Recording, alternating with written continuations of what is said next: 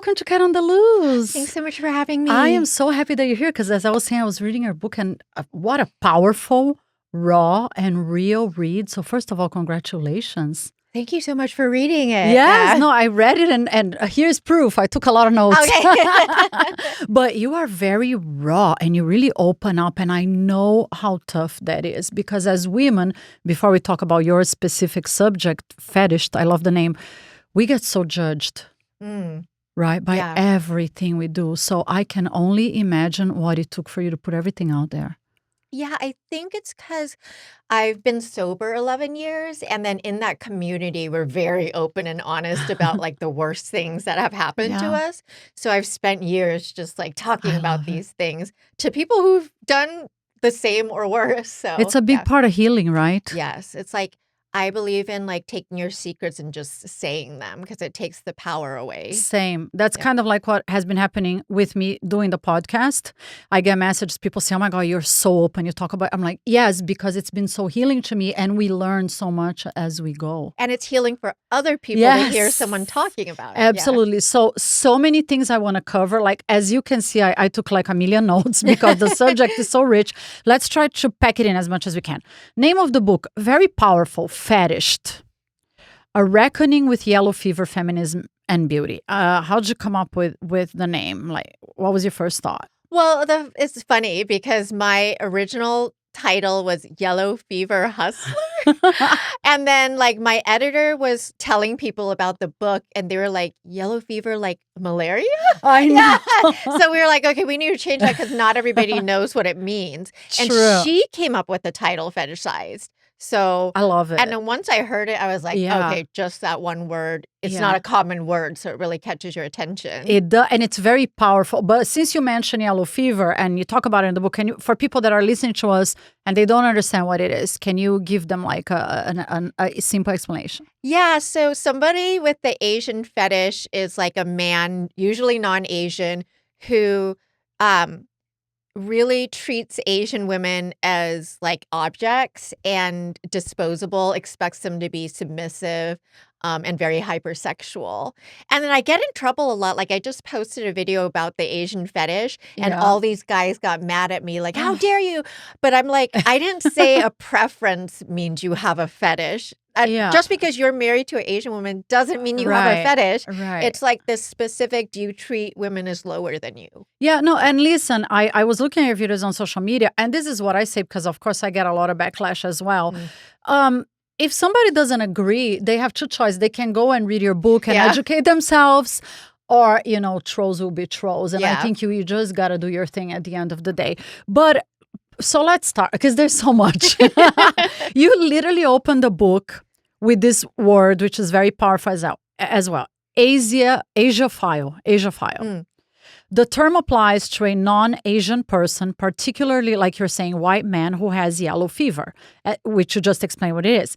They think all Asian chicks are hot, usually cannot tell the difference between a homely and a cute one, just as long as she's Asian. And you were very clear now. You're not talking about, because I have friends as well, they're married to Asian girls and whatever, it's preference, right? We are attracted to whatever we are attracted to.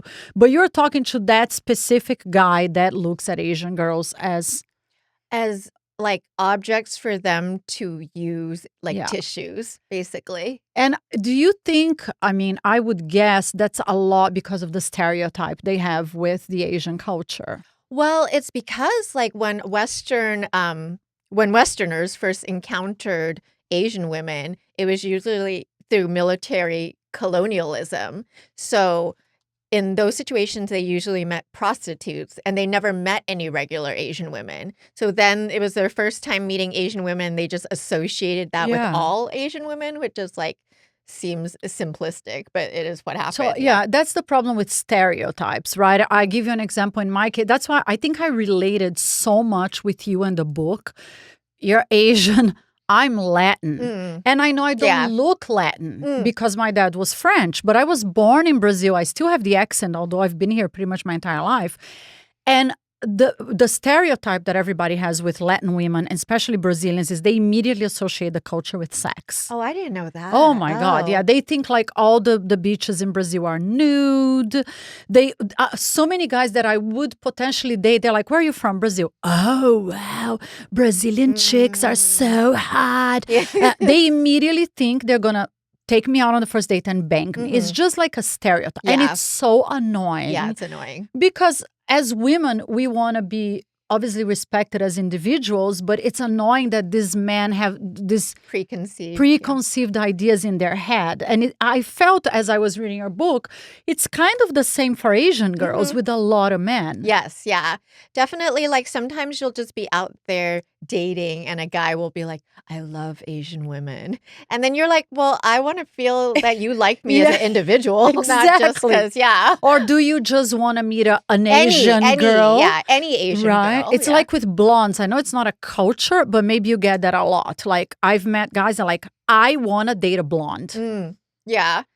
But you know what the difference is? Like, they don't expect a specific behavior for a blonde. Maybe more fun, but it's not necessarily more sexually or maybe in a way, you know, like because of Marilyn Monroe and all that stuff, we also get stereotyped, like all blondes are ditzy. They're kind of like bombshells. They like more sex. They're more fun than brunettes. You know, it's just another stereotype, but it is annoying to me when I get it. So I can only imagine, and you talk a lot about your experiences, and I want to dive into the deeper ones. But before, I want to mention something that has nothing to do with your book, but as I was reading your book, I remembered, it just happened to me like about a month ago. I live in Beverly Hills in the flats. And one day I was walking my dog, daylight, like today, for example, the middle of the day on a Saturday, I was walking my dog with my friend, and there was an Asian girl, brunette.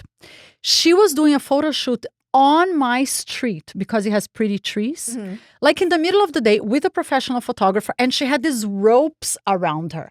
So like she got A for balls. Okay. She had these massive bondage ropes, like she was all tied up. Oh my God. And the guy was, I'm not kidding you. And the guy was shooting her in the middle of the street. Beverly Hills. I swear to God, I have the videos on my phone. I'll show.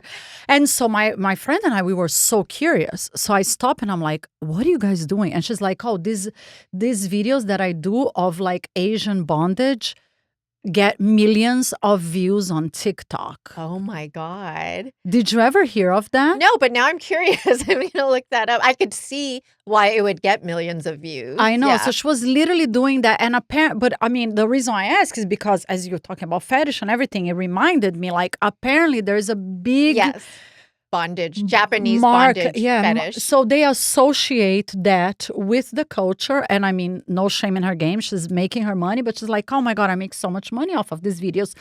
Not even having contact with men, just posting them online. Wow. Now I'm so curious and I'm pretty going to look crazy, that up. Right? But yes, that is like a kind, I don't know that much about that style of Japanese bondage, but it has some like connection to sadomasochism, I think, Probably, and a little bit of torture, I think. I don't know. I don't know. But that was a little crazy to me. But I want to talk about your journey because, as we were saying, you're insanely open in your book. And I want to dive right in the story of your photo shoot that you got sexually attacked. And I love the way you told the story, and you can tell us better than me, of course, because you're like, you were there and you literally didn't know what to do. Yeah. And I want to stress for other women, like it wasn't an attack like he had a knife and yelled at me. I was just like frozen, like, why am I in, you know, like. It's still an attack. Yes. You know, because like not all men can they're like, well, you didn't like scream and say no, you know. So tell us, like, bring us back for people that my audience, they probably haven't seen the book yet because it's literally just out now. Can you bring me to that day? I'm sure it's really painful to you, but since you already wrote about it, can you help us like dive in terms of what happened to you? Yeah, I mean, just a simplified version of it is that I was trying to be a pinup model. Yeah. Because I saw growing up this really beautiful Asian pinup model, and there were no other Asian role models. So I was like, I want to be like her. And I followed her for years and I wanted to do Playboy. And I went to this guy at his office. Well, first of all, I found the ad in the school newspaper. So you were very young. Yeah, I was like 19. Wow. And then I found the ad in the newspaper. So you would assume it's okay. Yeah. And then I went to meet him downtown San Diego somewhere at an office, and he showed me all these beautiful calendars, and he's like, I produced these, come over for a test shoot, and I'll submit you. Yeah. Like, let's do that. And then the day I showed up, it was at his apartment. And then once I got in, like, I was 19, he was like middle-aged. Wow. And I can't even really tell you what happened because I'm so disassociated with it. Like, later, the video from that session published, and I watched it, and I'm like, I don't even remember so much of the situation. All I know was I was a virgin. Wow. So there's no way I would want this disgusting guy to my first. I was in a relationship with a boyfriend. You thought, just to explain it, you thought you were showing up for a photo shoot session. And it happens to millions of women out there. Yeah. You think, and especially here in Hollywood, right? So I think this is such an important conversation. And if you girls are listening out there, and if you're young and you're thinking about modeling, like, watch out, right? I say always bring a friend. Yes. Always bring a friend. friend. And do your due diligence, right? But basically, you're there, you're thinking, I'm going to get these fabulous photos. And he starts talking to you about doing porn. No, he didn't even start talking. No? He just started Like, slowly doing more things. and more. And then I was like, what the fuck? You were afraid. Yeah. Yeah. Nobody knew where I was. I didn't tell anybody where I was. And I just had never been in such a situation before, and I didn't know how to get out of it. Froze. I didn't know. Yeah, I didn't know. You were probably thinking like he's gonna hurt me or something. So you guys had sex. I mean, whatever he did. Yeah, we did other things besides sex. Yeah, because the thing was, here's where it was weird. Because then I was like, I told him I was a virgin and never given a blowjob, so he didn't. He backed off on those things. So it was weird because I felt like intimidated and scared, but yet he wasn't like forcefully aggressive.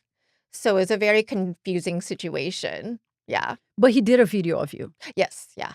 And then he published the video. Yes. And how'd you feel once the video came out? Well, it's crazy because like I so disassociated from that situation. Like after that assault happened, I didn't tell my boyfriend. I didn't tell anyone in the entire world, and I just forgot about it. Like I didn't forget about it, but I like made myself forget about it. But if you were to use common sense, you would say this video is going to be published. That's like his purpose, right? So I think I forgot about it for like a year, and then my very good friend called me and he was like, I saw you in this video. Wow. And then I knew from that moment, I was like, oh. And then you were thinking, I'm going to be judged. I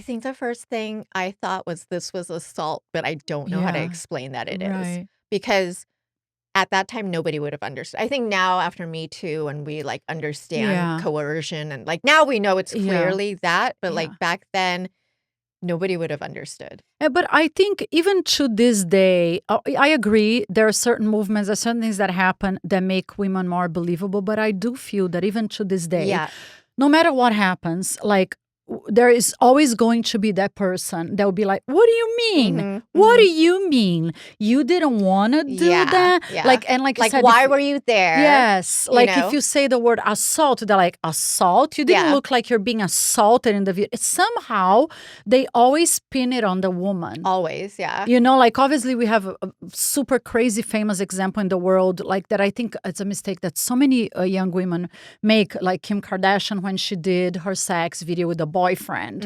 And once the video came out, if you remember about it, nobody was saying, "Hey, what an asshole! How can you do it?"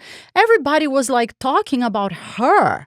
She's a whore. The video is out. How can they do it? So somehow I always feel that in these situations, it's always on the woman. Like what I'm loving so much right now is Pamela Anderson's rebirth, because when her sex tape came out, which it was a personal video with her boyfriend that they made in love. And like, you should be allowed to do that with your husband. That was her husband. It got stolen from their house and they published it. And when she tried to file a lawsuit, they said, "But you're naked on Playboy. Why is this a problem?"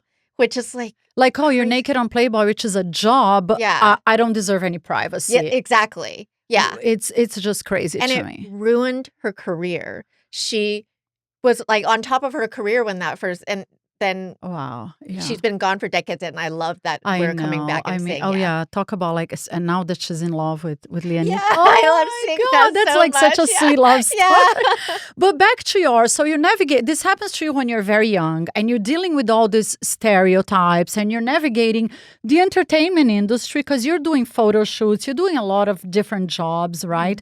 How and you're also very raw about the drug use, you're coping with all of that. So you went through some really tough waters just navigating the industry. Yeah, I think that like the drug use really happened after the assault. It happened to be like during that time the rave culture was really, really big. And I just started with ecstasy, and then I got into K, and then I got into pills, and then I got into cocaine. But I think all of that was a coping mechanism because on the drugs, I felt good. I felt whole. I mean, until it wore off. But when you're high, you feel powerful. You feel like you're not damaged. You feel worthy. So I really needed that feeling because I didn't have it. You're numbing the pain. Yeah. And that went on for a really long time. For decades, yeah. Oh my God, that's absolutely crazy. And you also open up. That's another thing that I was like, wow. You decide to do eye surgery. Can you tell us about that? Yeah, it's actually a very common surgery amongst Asians because it's like something that a mom might have a girl do in Asia in like high school. Like, But let's get her eyes. So, there's this. So the surgery was invented by a white doctor who was stationed in South Korea, I believe. And it was to make the Asian women prostitutes' eyes more attractive to military. Oh my God. Yeah, not everybody knows that surgery. Crazy, right? But in general society, we all think bigger eyes is more attractive. It's just like animals, bigger eyes are more attractive. That's just the general belief out there in the world. And then Asians are, from a very young age, racist people will make fun of their eyes, or they'll like do this gesture, whatever. So I think we have this kind of insecurity, and then I just felt it would make me, my face look more, it would just make me more beautiful, really. Oh my, but well, looking back, do you regret it? Here's the thing that's really complicated, because I wish I could be like, oh, I wish I never got any surgery. Right. But we do live in a society where we are rewarded for our looks, right? Yes. Like, no matter how much we want to escape the patriarchy, we live in the patriarchy. For sure. And it feels good, as a woman to have a fresh coat of lipstick and like get your high heels on. Yeah. I don't regret this surgery. Like, I was happy with that surgery. I got implants. I'm very happy with them, but if I lived in a different society where we weren't celebrating these things and pressuring women to look a certain way, then we wouldn't all feel the need to cut ourselves up to look better. God. I just would hope, because obviously I think it's like an absurd idea, right? That, like if you really think about it. Because it's such a, if you really think about it, because it's such a particular feature of Asian cultures, right? So when I think about it, I think it's like adorable. Like, oh, you have like these eyes like that. It's so cute. Only they have it. So for me, when I read your book, I'm like, wow, I can't imagine like a woman thinking that she has to change one of the most precious and personal characteristics of her culture. So it was a little heartbreaking to me to read it because I cannot imagine like a young girl feeling that she needs to do that, in order to fit in any universe for that matter, Well, it's crazy. It just came up recently. I just wrote this article for Teen Vogue. I don't know if you watched Love Island, but there was a Bits and pieces. so there was a Love Island contestant who got kicked off the show for saying, Oh yeah, I know that. yeah. So she, What did she say again? so she said the C word for Asians. Yeah, I remember So that, basically, yeah. she said, But she didn't know. She claimed, right? It's possible she didn't know because after writing that article, so many people told me they didn't know. So I get that. But what she said was problematic because I'm not going to use the word, but she basically said, oh, my eyes are looking too Asian. I'm going to get Botox to fix them. So what she was saying was... Yeah, but even without the word, the comment is yeah, so unnecessary, to say the least, right? Yeah. Yeah. So it's basically she was saying I need surgery to fit my eyes. So of course it's triggering to me who I've had surgery to fix that, That is, and you didn't have to fix it. Maybe you had the surgery because you wanted to feel better, but I don't want any Asian woman in the world to feel they have to fix anything, because one of the things you talk so much about the book and towards the end of the book that I loved, it's like, we need to be accepted for what we are. And I think it's our job as communicators to keep breaking the stereotypes. I do that all the time. Like I said, being a Latin woman, and I get this, if I had $1 for every time somebody tells me, you don't look Latin, you don't look Latin, you don't look Latin, you should color your hair brown, you should color your hair brown because Latin girls have only brown hair. If I had $1 each time somebody tells me that, I would be a gazillionaire by now. So I try to break the stereotypes because I think Latin women come in every size, color, shape, form there is. And I think same with Asian girls. They come in so many different styles and types and shapes and forms. And I think we need to start cut it out, putting women in these boxes that you think they belong. Yes, I get that a lot too. Like with the blonde hair, they're like, oh, you want to be white. And then I'm like, well, what does it mean if I dye my hair silver? Does that mean I want to be old? Or what if I dye it blue? What does that mean? You have the right to dye your hair whichever color makes you happy and makes you look in the mirror and say, you know what? I love it. As long as you love it, but right? it's always men who say it. It's not women saying it. I agree, but unfortunately, you do have those women, and it always breaks my heart, that are not supportive of other women, and they have something nasty to say. And I that's like the biggest pet peeve in my life. When I hear, especially podcasters, like there's some super successful podcasters, I listen to their episodes trashing certain celebrities, certain women that they never met. And I'm like, why in the hell are you doing that? Like it's hard enough being a woman in general, because we get judged all the time, right? Yes. Like I felt like the Katy Perry backlash recently was so unnecessary. I agree. Yeah, it was crazy how hard they went at her for existing, because she didn't do anything terrible. I know. And I think, I always mention, for example, Megyn Kelly. I think she's a bitch on wheels. She has one of the top and I'm saying here on camera because I say it on social media all the time. She has one of the top podcasts in the world, and she, 𝐬𝐿O is a whore. Wait, what? Yeah, She's 𝐬𝐿O is like a glorified stripper because she dances so sexy. Wow. And she's always trashing famous women that she never met in her life that are just doing their work. Like, let 𝐬𝐿O do their thing because she's fantastic what she does. And when I hear her podcast, I'm like, you have this platform with millions of listeners and you are using it to criticize what other women are doing. Why in the world are you doing that, Yeah, it's unnecessary. It's but you know so what? unnecessary. It probably is getting her views from negative people. So you sell your soul a little bit. You sell your soul to the devil. I know, my opinion on that, I'm going to tell you, I think people like that, if you have put a hidden camera in their inner privacy, they're the most unhappy people in the world, because I don't think happy women go out there hurting women. Yeah, just happy people in general aren't hurting people. Right? Yeah. I totally agree. We support each other and we grow together. That's how I see it. But I want to ask you about another surgery that you did. I was like, Holy cow. I would not have the courage to do that for like $100 million. You had, how do you call it? Like you had your labia cut out. Yeah, I guess it's called a labiaplasty or Labiaplasty? labiaplasty. I'm not sure how you And you're pronounce it. so open about it. Why did you do that? I think that was really important because after that video came out, it like kind of causes body dysmorphia in me. Um, and I had never looked at myself there before. You were not Well, looking I at your was a vagina. virgin. Yeah. So why was I looking at And I my think you got traumatized by the experience with the dude, which Yeah. I'm gonna call it an assault because I think it was an assault. Yeah. And you were like, I don't That know. was my first sexual experience. So Wow. my boyfriend at the Talk time about could tell trauma. you that because I was a virgin. I wasn't doing anything with my boyfriend that I was with for 6 months. Yeah. So why would I do Wow. it with this disgust? Yeah. And did you ended up telling a boyfriend Well, years about it, later, but I didn't tell him about it. He found out about it because it was on and the he internet. judged you. Yes, he did. Yeah. And that made me so mad. Yeah.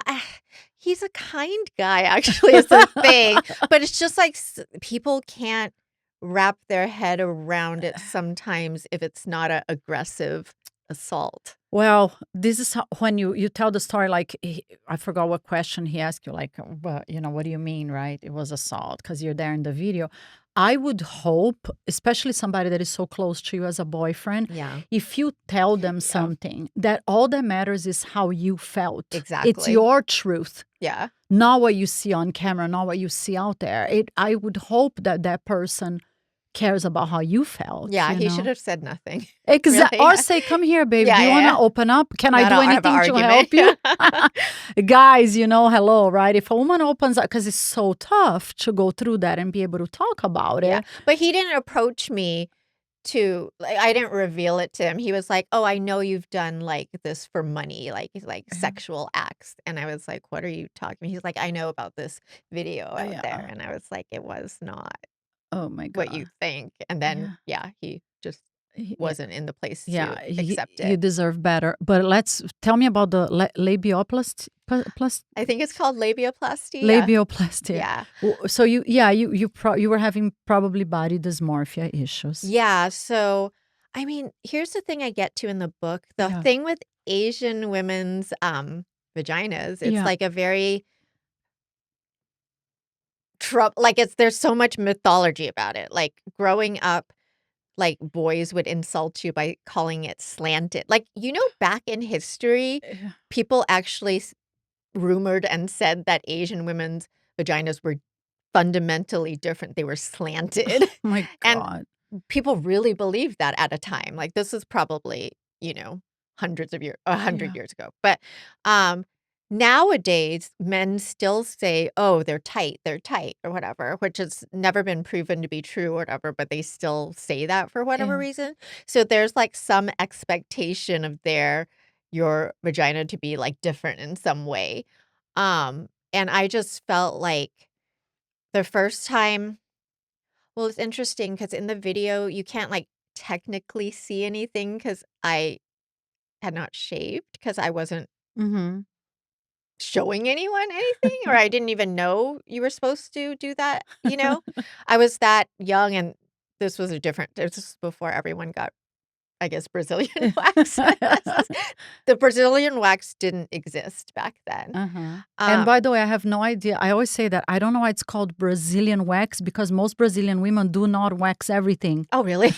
I know. I swear to God. Like many, many, many years ago when I heard the expression Brazilian wax, I was like, why is it called? Because it's another stereotype. But if you look at Brazilian girls, they wax, but they always leave some hair because it's just the culture. You Yeah. rarely meet a Brazilian girl Yeah. that does so I have no idea where the name came from, by the way. So strange. Right? Talking Yeah. about stereotypes. Yeah. I guess for me, I associated just my female sexual parts like attracting all this like negative attention from men. Oh my God. So I felt like I needed to fix it. Like I needed to fix myself. And yeah, I went to a doctor and I didn't even shop around or anything. And yeah, it was yeah, it was an experience. Oh my God. Now looking back, do you regret it? I don't know if I regret it, but I don't think I needed it. Right. I'm Yeah. sure you did not. Yeah. It was not necessary. I don't think there was like no real reason for it. Yeah, Yeah. no, for sure. Now, maybe there is some Asian woman out there listening to us right now, and they're thinking, you obviously the book is fetished. You explain what that is, and there are a lot of men out there that look at Asian girls like this sexual object. So I'm thinking maybe a lot of girls out there are wondering, oh, so if a guy approaches me, is there any way that I can find out? Yes. Is he interested all in the me? time. I literally, if I'm dating a non-Asian guy, I have to ask, what was your ex-girlfriend? Oh, Yeah, really? it is a thing. And if he says was Asian? What was your girlfriend before that? What was a girlfriend? And then, yeah. So you 'Cause try to figure out if there's a, but what if he tells you, it's just the kind of woman I'm attracted to. It's not a fetish. Yeah. I don't agree with you. It's, is there a way to See, figure out the difference? I don't want to judge a guy for having a preference. Right. But I would want to feel special. And if Yeah. I was the third Asian woman, I'm just not going to feel I hear special. you. You know what I mean? Yeah. Even if his preference is totally not fetishy and maybe Yeah. he really respects Asian women Yeah. and treats them really nicely, Right. I would still rather just be the first, like not part of a I hear trend. So maybe do you think a good thermometer for Asian women in general, like if they're dating a guy, to ask, like, what is your dating pattern? Yeah. I think all Asian girls do ask that. They do? Yeah. Yeah. I think that is something that's on the back of the mind of every Asian woman. Oh my God. Yeah, when meeting a new guy. Yeah, I totally get it. Because I don't think any woman wants to start dating or be in any kind of relationship with a guy if his ulterior motive is like this Or even imagine sexual idea in their head. if you dated a guy and all his girlfriends looked exactly the same like you. Right, Like right. just exactly totally everything. It agree would be with like, you. oh, this is a little bit Same, weird. because yes, it is a question that, because I have had, like I said, I had an ex-boyfriend, and at the time I was so freaking stupid a few years ago. When I met him, he got out of a long marriage, and he was like, I know I want to date a blonde. And I felt flattered. And then months into it, I was like, he doesn't want to date me. Mhm. He's like fishing around Bumble, total like midlife crisis, big asshole. He was just like wanted attention from blondes. So, then I To fulfill realized. something, yeah. So nowadays, I agree with you. If I meet a guy and he's like, I love blondes, or I love Latins, I Yeah. love Brazilians, I'm same. Yeah. I'm kind of like, okay. If your pattern is to date only Brazilian women, Mhm. like same thing, exactly what you said. I don't want to be a part of a package. Yes. Yeah. Because also likely a guy that does that, they're just going to go through that woman after the other, after the other, after the other, right? It's more like to fulfill something in their head. Because I feel like if you're truly going for a personality, the women are going to look incredibly different because Yeah. you're looking for what's on the inside, not what's on the outside. No, and you just said the keyword personality, because you can be the same culture. You can be like 10 Asian girls, but each one of them is going to have totally different personality, lifestyle, likes, dislikes. And that should be a lot more important than Yeah, it's than sad because like looks. some people, and I'm sure it happens with women too, just have an idea of what they want, but they don't really want the person, Yeah. which is messy and complicated and like amazing and like, they don't want the multifaceted. They just want like something easy and like Totally agree. packageable. Yeah, totally agree. So when you were working in the entertainment industry for a long time, right? You were working as a pinup. You did a lot of modeling jobs. You were part of a musical group. You did a lot of stuff. You ended up in one of the Fast and Furious movies, Tokyo Drift. You talk a little bit about that in terms of not seeing a lot of great roles for Asian There were women. none, yeah. Like you say, we were always background, and then finally you got I think it was a day player Yeah, it role, was still a small role. but a yeah. small role. You But don't so exciting because Of like course. every other time I was getting offered prostitute or massage parlor girl. So I was like, I'm still a sexy girl, but at least I'm not a prostitute. Something else. And Yeah. you mentioned Lucy Liu, Mhm. which is a symbol. And nowadays, of course, we have Michelle Yeoh. I mean, So she was- many now. Like Right. now there's so but I many, still yeah. don't think it's so many. Yes, yeah. Like, if so you many think more about it, compared to before. yeah, like for people that love movies like me, because I'm also an actor, Michelle Yeoh won an Oscar in 2023. She was the first Asian woman to win an Oscar. And true. I was so happy I had tears in my eyes because as a minority, I agree with you. I want to see more minorities represented in every industry and certainly in the entertainment industry.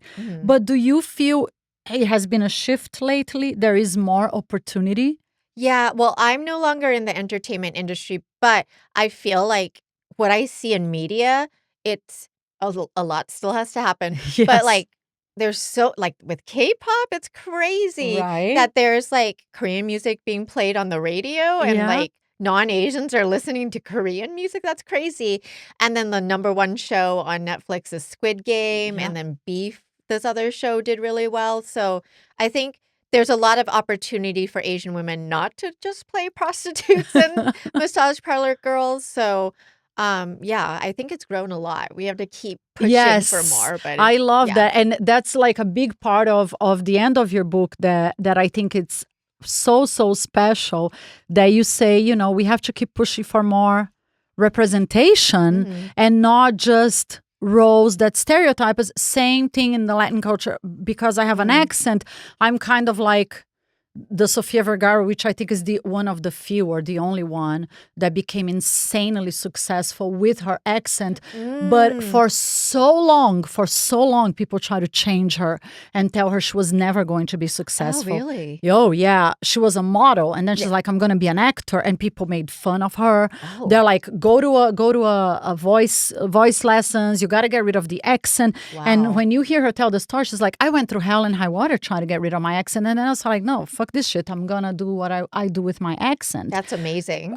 Exactly. So I think people like us, we need to keep pushing for that and putting these conversations out there so the entertainment industry opens more and more doors. Yeah. For We people actually like us. need to get more minorities in director positions Yes. and producer positions. And 1,000,000%. But what was the game changer for you to get out of the drugs, to start loving yourself, to turn your life around, to be in a peaceful place like you are today, that you are actually capable of writing this incredible book? Well, it took like a decade or more to all that healing.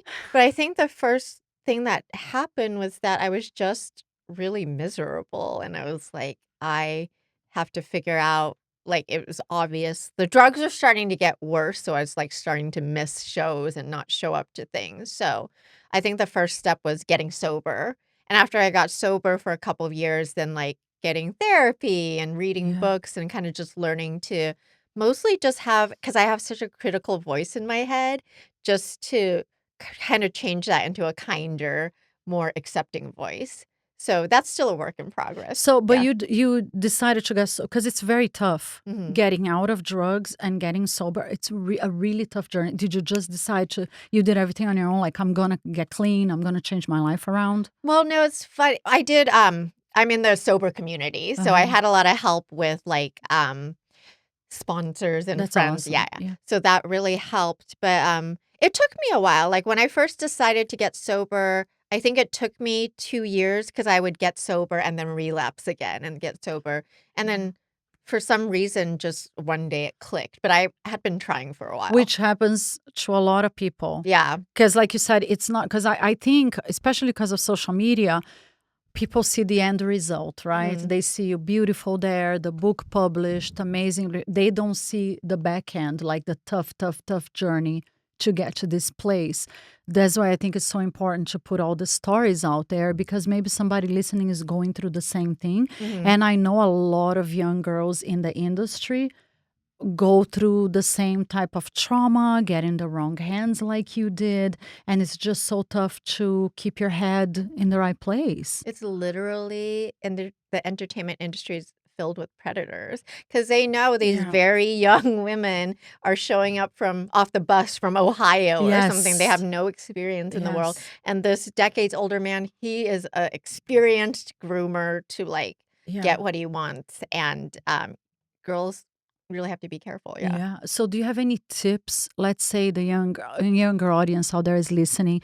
Anybody going through the same, anybody that is working here or wants to model or is modeling, to avoid falling in the hands of predators like you? I think, like you were saying, due diligence. I mean, nowadays you could be on Instagram and some person might reach out. Totally. Yeah. So that would be really difficult. I think what really helps is having an agent because they're going to screen all that. But that's not everybody can find an agent immediately at first. So I would say the simplest thing is just to bring a friend with you on those early auditions that you're not sure about. Yeah. Like that would have saved everything for me if there was just somebody there. If you are not alone. Yes, I think 'cause that's that like person the would not best feel- advice. Yeah. And once your video leaked, that's another thing. It's my opinion, and I don't know if you agree. There is nothing you can do about it once the video is out there. I think it's so brave and it's the right thing to do. Just own it. And tell your truth. Like, because so many people go, oh my God, it's going to destroy my life. Yeah. It's going to ruin my life. What if so and so and so find out? I think it's just better, because I know it happens to so many people. Just put your truth out there. Yeah, because that's the unfortunate thing with the internet. Like, you can never entirely swipe anything, you know? No, it's always going to be somewhere. And I think the case like the dude you were dating, if somebody comes to you and say, I found that video, if they think anything less of you because of a video, because of a photo, because whatever it is that you did, probably they're not your person. Oh, definitely. And that video now is 27 years ago. Oh, wow. It's like so long ago. But look, regardless, you know, because like I said, and I always bring up Kim Kardashian because like I said. Yeah, people still bring up her video and I was like, that's like 20 years. Yes. Yeah, but at the time, I remember everybody criticized her mother. They criticized her like, oh my God, look at this. I'm like, I personally think they did the right thing because there was no way in the world they could hide that. Yeah. It was too big. It was out there. The whole world was going to see it. I'm like, good for them. She owned to the mistake. The guy was the asshole because what kind of a boyfriend does that, right? Yeah. I mean, it's the same thing with Paris Hilton. Yes. Like, I think her boyfriend was 10 years older and she didn't really want to shoot, but she wanted to, like, you know, you want to please your man. Boyfriend. Yeah. And he's much older. Yeah. Telling her what to do. And then he puts this out here and she has no choice. You know, this is a personal. So many times, like you said, we are, as women, we are with our partners. You want to please them in bed, especially when we're younger, right? Yeah. Nowadays, if some guy told me I'm going to film you, I'm like, no. Get out of my bed. That would be But when we're young, we have this tendency to, like you said, when you were being assaulted, you're like, you were so afraid, you give up control. But in the sex videos and all this crap, it many times you're just doing what you think is going to make your partner happy. Yeah. Yeah. When you're with a partner, But if it leaks, you know what? Own it. Yeah. It just makes you a stronger person. I mean, really, like, Kim Kardashian could care less about that. Like, she is probably the most powerful person in entertainment right now. But she's a great example, by the way, of how something that could have been like, oh my God, I'm going to hide it. Ruined her. Is spin it around and become the best version of you, which I personally think is the best revenge. Yeah. And that's obviously what you did. You became this fabulous, incredible, gorgeous woman, and now you are a published writer. Yeah. Who would have thought? Yeah. Well, I hope this is one of many that are going to come in the future. Very powerful story, fantastic read. Congratulations. Thank you. Thank you for sharing, because I think it's so important that women have the guts to share their stories. So I hope if anybody out there right now going through any kind of trauma, any kind of pain, any kind of embarrassment, they feel empowered to move forward, then you're a perfect example that anybody can turn their life around. Yeah, you just have to believe in yourself and be kind to yourself. Yeah. Congratulations. Thank Beautiful work. I'm so honored that you're here. This is an incredible conversation. Guys, be safe out there. The book is Fetished. Kaila, is it on, where is Amazon? Yeah, you can find it at Amazon, Barnes & Noble. But actually go support independent bookstores, like small bookstores. Oh, I love that. So it's all over the place. I'm putting the link here so you guys can see her beautiful work. Thank you so much, Blue Chew, for being our biggest sponsor on this episode. I love you guys. If you guys don't know about Blue Chew, it's the only chewable tablet out there. Go get yours because it will be a game changer in bed. Girls, tell your guys, go get it because every woman wants a man that takes Blue Chew in bed. Thank you, Kaila. You're incredible. I really appreciate it. Be safe out there. I love you. We'll be back soon. Thank you.